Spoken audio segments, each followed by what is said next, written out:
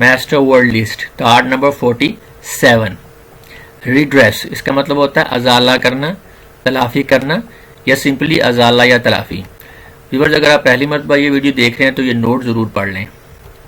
पेसल, इसका मतलब होता है मोगरी, यानी मसाले वगैरह पीसने वाला डंडा।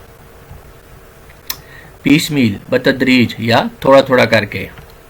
पिटेंस, हकीर मुआवजा।